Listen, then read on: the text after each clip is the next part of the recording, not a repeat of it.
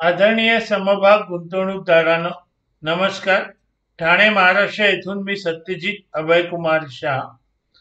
आज आहे 17 ऑगस्ट 2025. काल होता 16 ऑगस्ट 2025. तर काल मी एक व्हिडिओ माझ्या यूट्यूब वाहिनीवर टाकला होता. त्याचे शीर्षक होते mistakes to be avoided in share market, म्हणजेच मराठीत समभाग गुंतवणुकीतील या चुका टाळा. मला वाटलं होतं की या एका व्हिडिओमध्ये माझं सगळं सांगणं संपेल, म्हणजे सगळ्या चुका संपतील, किंवा मला जे सांगायचंय, मला जे लोकांपर्यंत पोहोचवायची माहिती ती संपेल. पण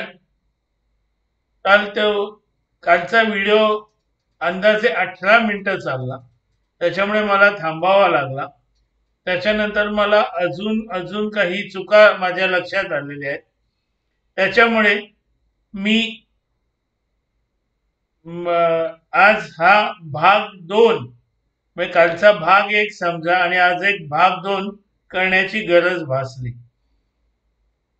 तेव्हा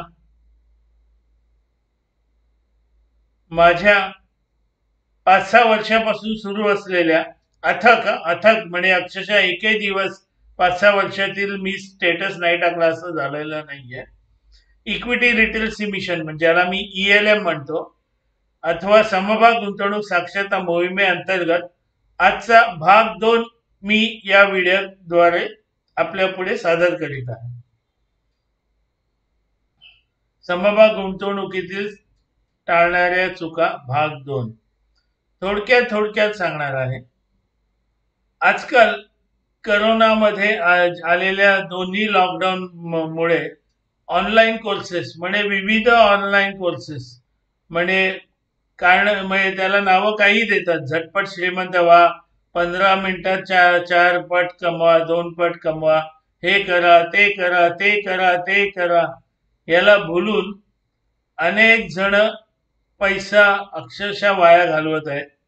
अथवा ते जे काही थोडक्यात जे शिकवतात, म्हणजे ज्याला मी काय म्हणणार, पटकन जे कोर्सेस घेऊन माणसांना एकदम माहितगार करण्याचं जे काही ते सांगतात, ते करून लगेचच समोरच्याला ताबडतोब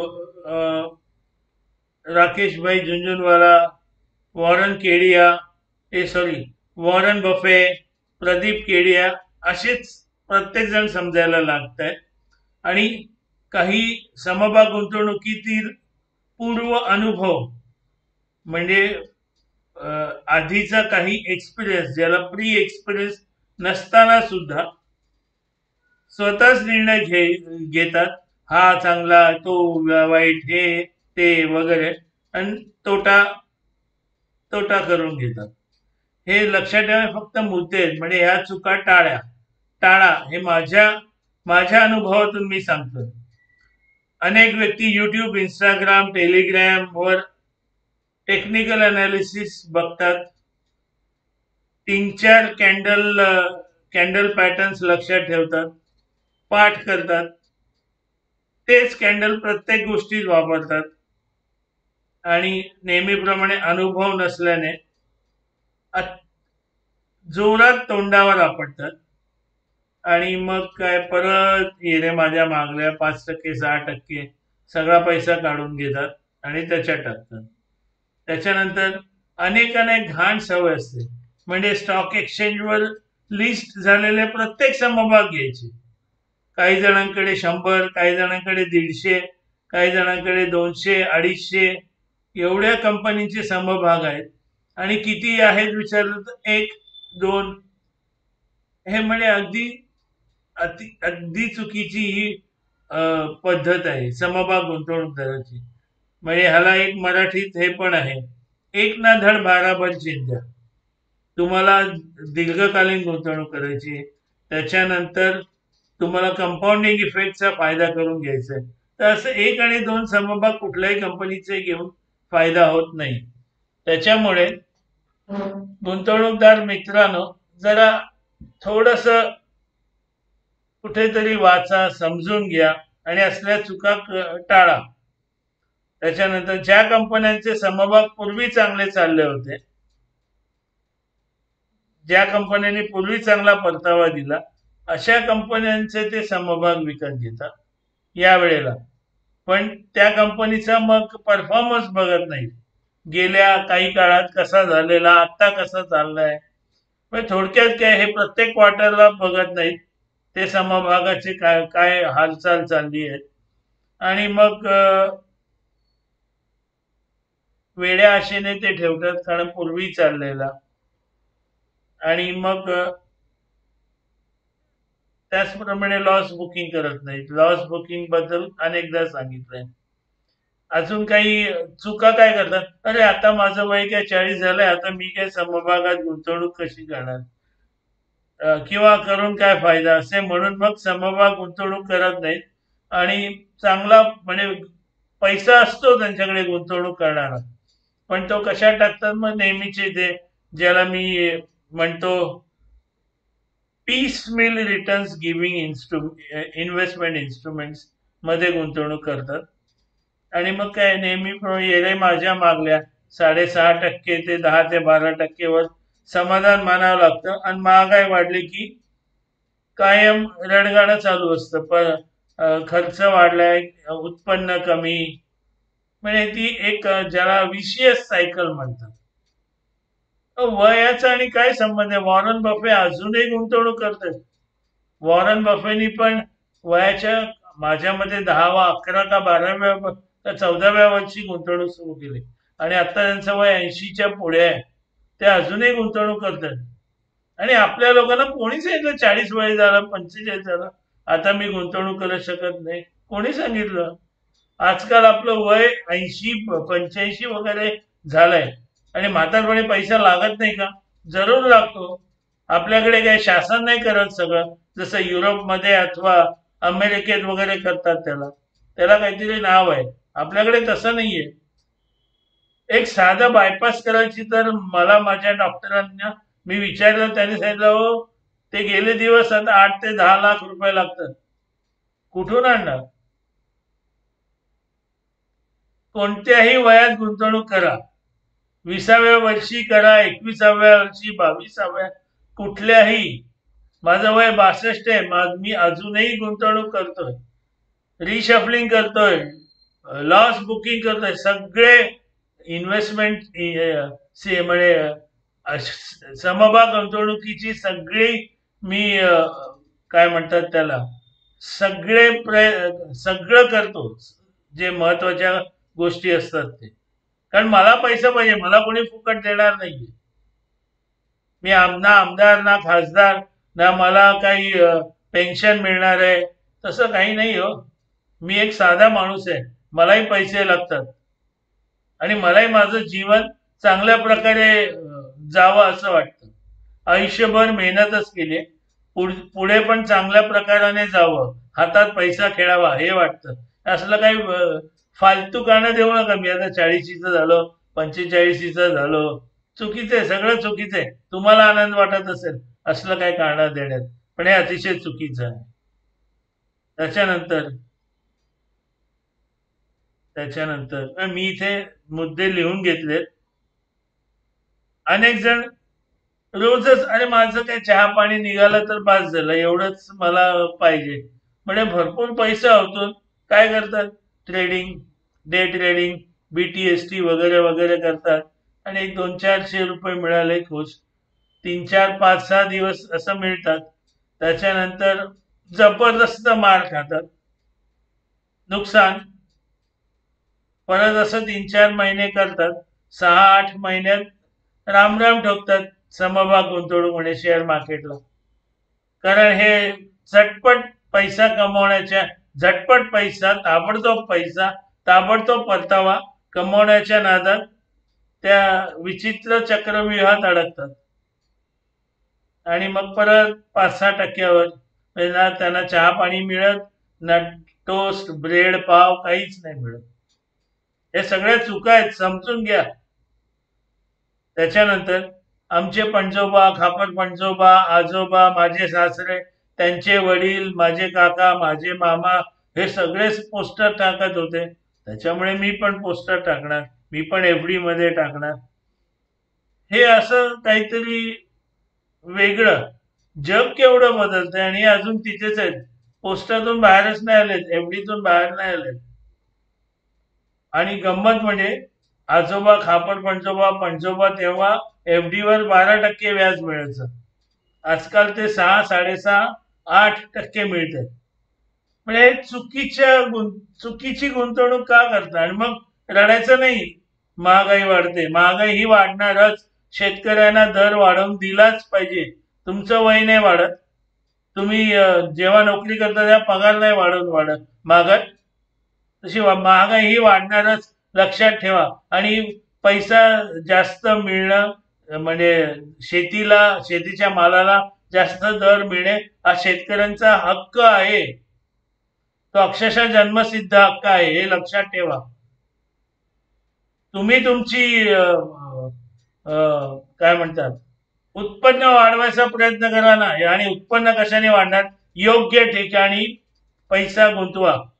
आता विषय निघाला म्हणून अनेक आता मी नावं घेत नाही, अनेक जण खूप विचित्र ठिकाणी पैसा गुंतवतात. स्वतः विचार करा, सोनं तर तुम्ही आयुष्यात कधी विकायला जाणार नाही. आणि भले तुमच्याकडे 40 तोळं सोनं आहे, तुम्ही त्याचं अर्धा तोळं किंवा 2 तोळं वगैरे, मला 1 लाख पाहिजे 2 लाख पाहिजे विकू शकता नाही. तुमच्याकडे समजा 2-3 घरं आहेत, 1 करोड 2 करोड 4 करोड 5 करोड, काय करणार? समजा तुम्हाला आता 40 लाखाची गरज आहे, तुम्ही घराचं काय फक्त स्वयंपाकघर विकणार का दिवाणखाना विकणार? नाही विकू शकत. आणि एक लक्षात घ्या, तुम्हाला कोरोनाच्या काळात ना एफडी तुम्हाला पैसा देऊ शकत होतं, ना आरडी, ना सोनं, ना नाणं, ना चांदी, ना तुमचे फ्लॅट्स, ना तुमची घरं, ना जमीन जुमला. फक्त आणि फक्त शेअर्सनी पैसा दिला. म्हणजे तुम्ही शेअर्स विकू शकत होता, सगळं करू शकत होता. हे पहिलं लक्षात घ्या. तेव्हा चुकीच्या ठिकाणी पैसा घालणं हे सगळं बंद करा. आणि सोन्याचं तर मी बघितलं, एकही स्त्री खरा सोन्याचा दागिना घालून कुठल्याही समारंभात जात नाही. अमेरिकन डायमंड किंवा ते जे काय म्हणतात ते खोटं सोनं. मग कशाला घ्यायचं सोनं? माझ्याकडे आहे म्हणून. म्हणजे सासूबाईंचं, त्यांच्या आईचं सगळं सोनं आमच्याकडे आहे. पण तुम्हाला आता उद्या अडचण आली तर? अहो, कोविड मध्ये एका ग्रस्ताला तो आयसीयू मध्ये जो खर्च आला 27 का 28 लाख, विचार करा त्याला काय उपयोगी पडलं. आणि आता विषय निघाला तर सांगतो, अनेकांना काहीतरी चुकीची समज आहे की लिक्विडिटी नाहीये हे शेअर्स मध्ये. कोणी सांगितलं? सगळ्यात जास्त लिक्विड आतापर्यंत शेअर्सच आहेत, उद्याच्या उद्या मिळतात पैसे. आणि कोणी सांगितलं की तुम्हाला अख्खं इन्व्हेस्टमेंट काढायची असते?